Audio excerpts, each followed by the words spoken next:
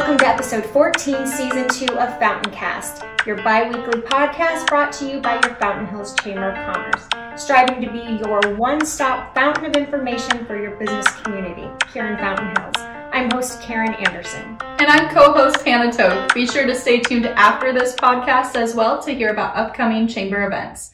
In today's episode, we're speaking with Jill Keefe from Good Living Greens, a new local grocer here in town. Jill's joining us today to share about the benefits of eating organic and also how to make organic eating more affordable. Jill, welcome to the show. Thank you for having me. I appreciate being here. Of course, we're so excited to have you.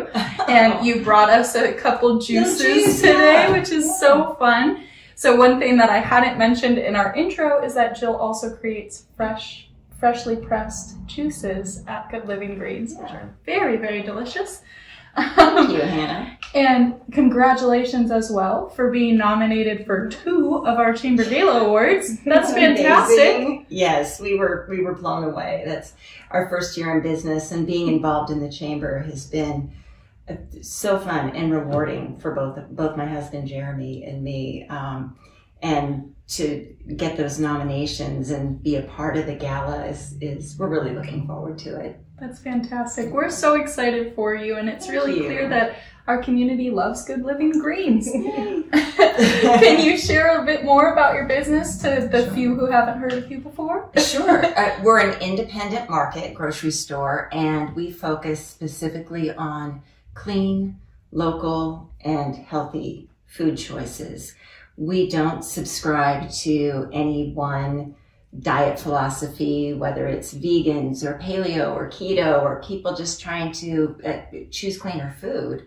We want the folks at Fountain Hills to have access to those sorts of choices, and that when you kind of back out and look at the state of our food supply in the United States, there are real challenges with getting clean and healthy food. Here we are in a wonderful town. We're in a metropolitan area that's the largest growing county in the country. Yeah. And still in Fountain Hills, we can have difficulty getting access to good produce. So in our grocery store, we source in produce from all around Arizona. And we go more broad regionally as well, but we really like to support the local farms and other local businesses that are also striving to do something clean and healthy.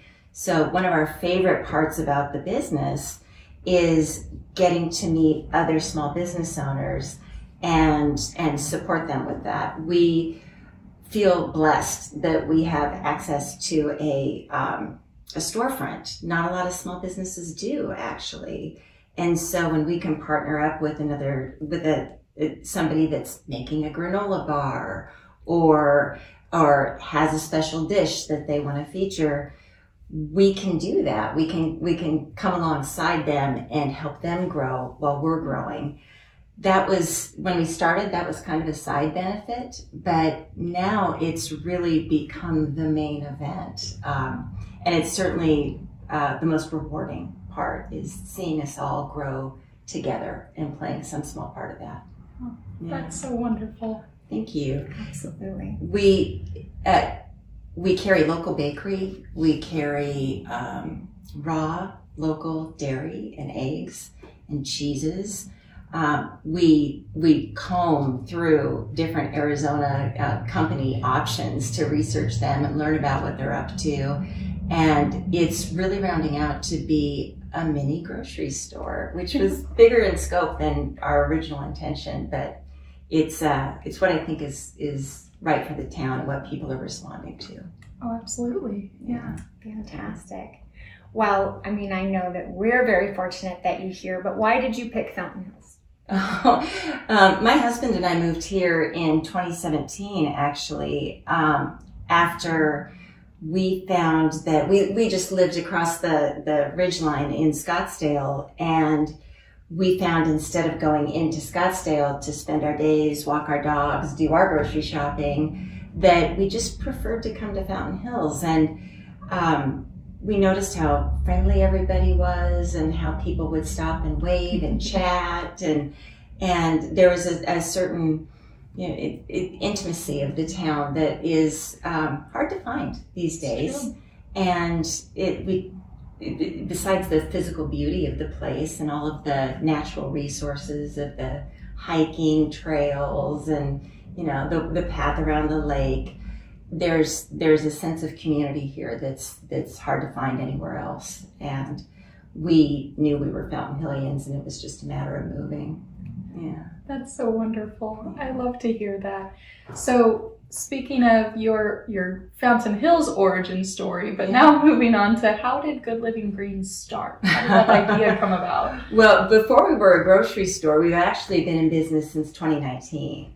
And we started because I went on a diatribe one day about the quality of the food supply to my husband. We were talking about why there were recalls of produce and how produce gets dirty and the pesticides that are in food.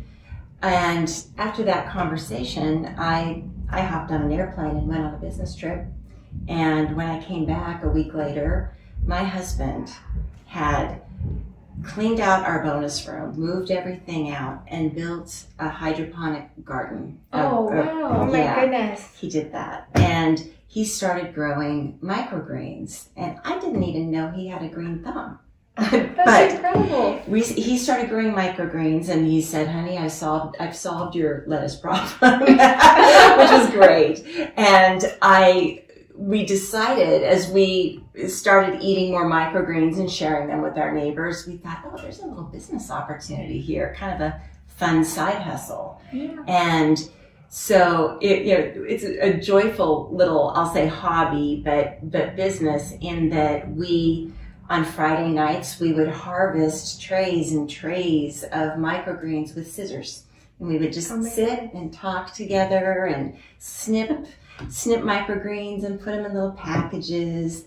And then Saturday morning, we would drive around the town and deliver. And after about a year of doing that, we realized we now have friends in every neighborhood of Fountain Hills. It was a great way to meet people. How cool. And I mean, talk about making a community connection where it's so easy to feel isolated these days. And we started developing real friendships, and that became just a really joyful thing that we looked forward to every week. And after doing that for a couple of years, and of course through COVID, as everybody started to want delivery, our little microgreen business boomed. Like, we could barely keep up. And we started to just play around with the idea of what if this was our life? What if I didn't have that corporate job? Maybe it's time to retire.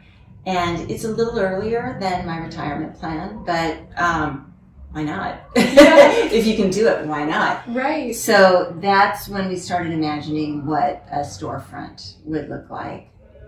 In parallel, I had started juicing for my own health, and had a really hard time getting enough organic produce just from our local grocery stores. If you ever wondered why there was no celery on the shelves, it's my fault. I took it because our fridge was just loaded with as much organic produce as we could find in our local groceries. And I wasn't about to stop juicing. So we folded juicing into the plan for the vision for this little store, and bought some commercial cold press juicing equipment, learned how to use it, played around, and it's a tremendous amount of fun. And just really fell in love with the idea of making juice for the town, finding great produce for the town, and what other relationships we could find. Right. And so that's what happened. We opened up a year ago. It was mid-April of last year, 2022. And every week we kind of set out with a learning objective. It wasn't about sales or making money. It was about, what can we learn this week and what will we apply to next week? And let's just get 1% better. And that's what we spent all of 2022 doing. We listened to a lot of customers who had a lot of great ideas and gave us some inspiration for things, turned us on to other connections. And the store we consider it co-creating it with our customers and the town. And we hope that as we grow, it just grows into the fabric of the town and is a reflection of all of our ideas, not just my husband's or mine. Yeah. That's so fabulous. Beautiful. Thank you. Thank you. Love that. Yeah. Love that. It's a stage of our lives where we can back up and treat it like a dream, not like the means to pay the mortgage. We can really let it become everything that we can imagine about it. That's so great. Can you tell us some of the health benefits of eating organic? Yeah. Well, I mean, the short and quippy kind of answer is I just think it's best to keep the poison off the food. but Off of it, out of it. Off of it, out of it. But, you know, these days, and you know, since the advent of processing of food and industrial monocrop farming, we've, over the course of many years, like 50, 60, 70 years, what's happened with our farms is there's not a competitive way for small farms to really get in and compete with large industrial farms. And those practices, and there's a lot to this topic, but the short answer is the practices of the industrial farming over the course of time have stripped nutrients out of the soil. Yeah. And even the seeds, even if you're growing something very carefully and using only organic fertilizers, even the very seeds have been affected. So it's a challenging time in our country for farmers, and all of those things were good advances at the time when we needed to figure out how to feed all of the people of this country, and we needed to be able to ship food across country. But the byproduct of those practices is we all got a little too comfortable thinking that food should last on our shelves for a month. Right. It wasn't made that way. It wasn't grown that way. And if you look at other parts of the world, Europe I'm thinking of, the act of going to the store and picking out what you need for the next day or two. Yes, is very commonplace. Yeah, right. And you eat it fresh. Yes. And you absolutely expect that in a couple days you'll be back figuring out what you need for the next couple of days. Yes, they don't do big Costco runs. They don't shop for a week or two at a time. Yeah, it's a byproduct of our abundance as a country, isn't it? That we can hoard a month's worth of food is really a unique situation on the planet. And the negative effect of that is we're getting less nutrition in the food that we eat. And the majority of the choices that we have in a traditional grocery store are heavily processed, made with food that's been bleached or the nutrients stripped out of it. And, we don't grow strong that way, simply put. And then, back to the fertilizers and the pesticides. If they kill another creature, they're probably not great in our body. And that's just the simple fact of it, that Roundup doesn't belong in our body, and it is what's being sprayed on most conventional crops. So the more, it's very challenging to avoid that entirely in your diet, but every forkful, every choice that you make, every purchase is like voting with your dollar. And we like to vote with our dollar in support of the little guy, in support of the small farm that's trying to keep it clean. So that's what we do. Yeah, absolutely. So when people hear organic, I know a lot of them say, "Oh, that's too expensive." It can be. Yeah. So you had mentioned before, though, that there's some ways to make that more affordable. Could you expand on that? Yeah. It's and this is just my personal experience since kind of making this commitment to eat more organic. When I look at my shopping practices before we made this commitment, I was just a gatherer. I would just, this looks good, throw it in the basket, and I'll figure out what I'm going to eat later. And I ended up wasting a lot of food in our household. Our pantry still has things in it that we're probably never going to eat. They should go to the food bank. I would buy, not really thinking about what our game plan was for the household. I'm guilty of that myself. Spent a ton of money, just money that could have been spent on other things, better things. If I lay out my plan and I'm thinking mindfully about what I want the next couple of days of food to look like, then I'm buying only that amount, exactly what I need. And if I don't need it, don't buy it. The just simple thing, I would buy a 5-pound sack of apples and spend whatever you spend on that, and end up throwing away half of them because I needed 3. You buy 3 apples, you buy only what you need at the time that you need it, and the net effect of that over time is that you can manage your budget to what you have to spend. You know, not all of a sudden wondering why there's so much food being wasted. Yeah. We just can't stand food waste. It's such a shame. There's so many folks in need that I just hate throwing anything out. Yeah.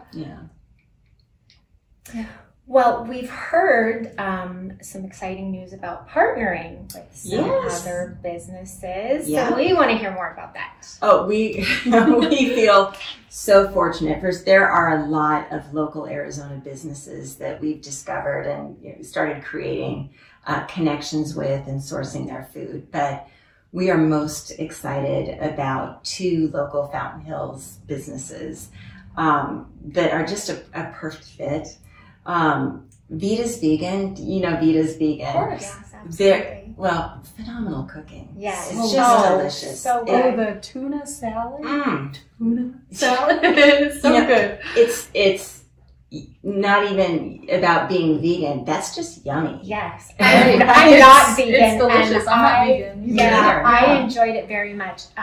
The black bean, I had a black bean burger salad kind of thing. It was fantastic. Yeah. They did a lasagna too. That was, I don't even know how they did it, and I don't ask questions. It was delicious. It was amazing. Whatever she did with it was awesome. So Vita's, we opened up our businesses about the same time, and so we've been on this journey together and sharing ideas and thoughts and frustrations, and really started to create a nice connection and friendship, and with Vita and Jonathan, the owners. Their vision includes providing meal plans for people who subscribe, but also doing a lot of teaching. And one of their frustrations was they weren't able to spend the time preparing that kind of volume of food because they were maintaining the restaurant and serving customers through most of the day. So they were ready to make a business shift. And they approached us and said, what would you think? We have a nice loyal following of customers. What would you think if we stocked our meals in your refrigerator and customers could come here? And we thought, first of all, anything that gets her food in my kitchen is great by me. But we thought, well, gosh, that would be great for customers because we have more store hours. And it would be great for us because it exposes people that maybe don't know about us to our store. And it helps the folks at Fountain Hills because they know where to find us. And if they don't want to subscribe in a meal plan, they can still go grab something, their favorite thing that she makes. So we've heard our customers say they would like more grab and go choices. So when Vita suggested it, it was just a natural yes, of course. We want to do that right away. And we did. We've been doing it for a couple weeks now, and it's affirming our suspicions that our customer base is like-minded and that there's a real desire and demand for not just convenient fast food, but healthy fast food that's in line with your diet I don't plan. hate myself for eating it afterwards. Because I don't always, I try to plan ahead, and I do try not to eat out all the time, but like anyone else, I just get busy. Yeah. And I don't want to do a drive-through. I just don't. Yep. I don't want to feel yucky after. Yeah. So I, for one, am happy with that option. Well, good. And then along the same lines, we have Vita's vegan, and along the same lines, just this week, we partnered with Debbie Elder, culinary curator. Oh, that's fantastic. Yeah, right. She's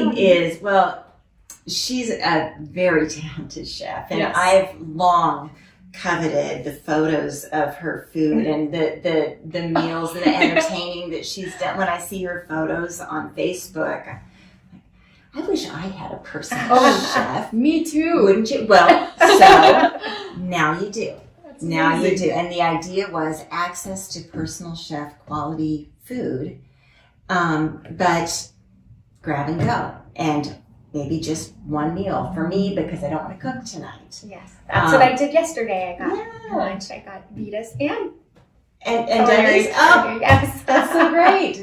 Yeah, and while Vita is entirely vegan and entirely gluten free, Debbie's menu covers a much broader range. So if you're looking for a beef dish or a chicken dish, Debbie's probably got you taken care of. Yeah. And both of these, both Debbie and Jonathan and Vita are just good people, just solid, fun, capable, energetic people. It's great to work with them and partner with them. And when I look at our refrigerator case where their food is, I feel so proud. And they're very different. So we've got a diversity of options for people. It's nice variety. Yeah, and I may never cook again. Why would I? Me either. You guys are way too close to the chamber. I know.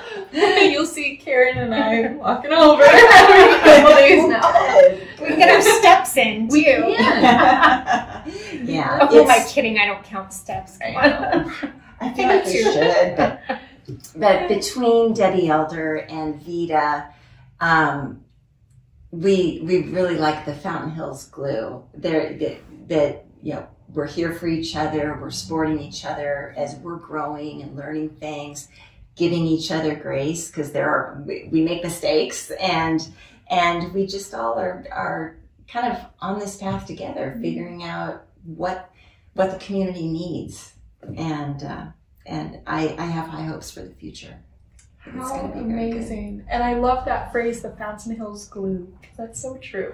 Yes. And you know that the person's also from town and also looking out for the community, that already right off the bat adds so much trust to the relationship. You know? Right. That's amazing. Our heads and hearts are all in the right place.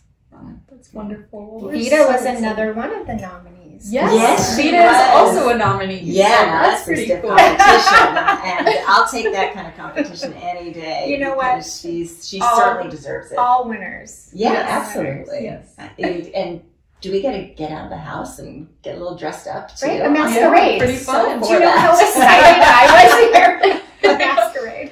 Well, our first thought was costume party, and we would be the knuckleheads that showed up in goofy costumes. Oh, that'd be so cute. Yes, do that.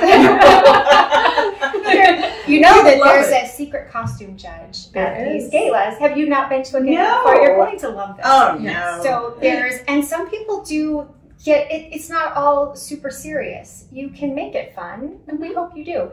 But there's a secret judge wandering through the crowds that will announce the best dressed. Oh, that's fantastic. At the end of the night. Oh, I can't wait. We better start planning. Yes, definitely do. So before we let you go, how can someone contact you? Where can they find you? We already revealed you're really close to the chamber, but just let everybody knows. Yeah, our store is located on Parkview, right by the lake. We're at 16842 East Parkview Avenue, and that's the next building up from Saguaro past Phil's Filling Station. So if you know where Terry's Sun-Baked Food for the Soul is, yes, or the health food store, Nature's Finest, those are the two best neighbors we could hope for. They're wonderful neighbors. That we've got it going on. Yeah, you have a You little do. strip right there. We do Touche Hair Salon. We have great neighbors. So we're right there. We're open Tuesday through Saturday, 9 a.m. to 6 p.m. In terms of contacting us, probably the best, most reliable way is hit our website, www.goodlivinggreens.com, or find us on Facebook, because our phone information, our hours, our email addresses are all there, and we try to respond to email. It's very common for customers to text or email us, and we like it because we can set something aside for you. awesome. So, yep, all our information. That's good to know. Yes, very good to know. Put it in your phone. So I don't get there and if they're all gone. That's fantastic. Yeah. Well, that wraps up this episode of FountainCast.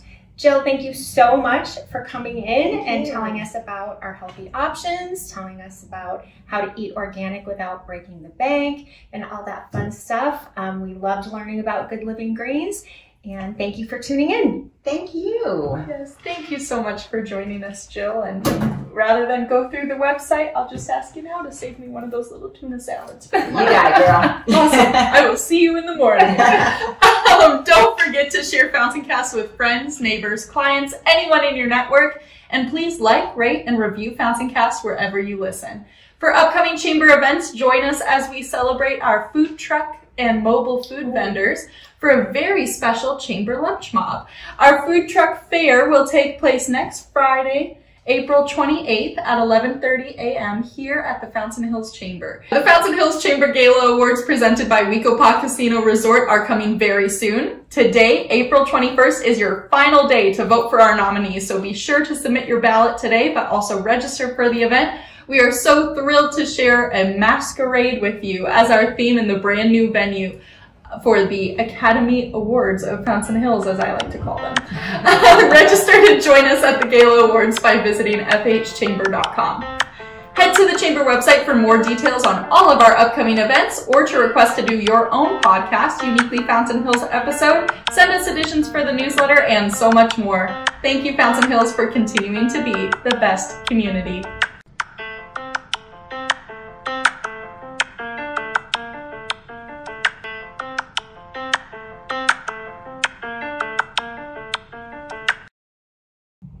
Karen and I would like to take a moment to thank Wecopa Casino Resort, our presenting sponsor for the Chamber Annual Gala Awards. Wecopa is a welcoming resort where you can play, stay, and indulge to your heart's content. It's an aspirational destination offering timeless splendor and the kind of luxury everyone can enjoy.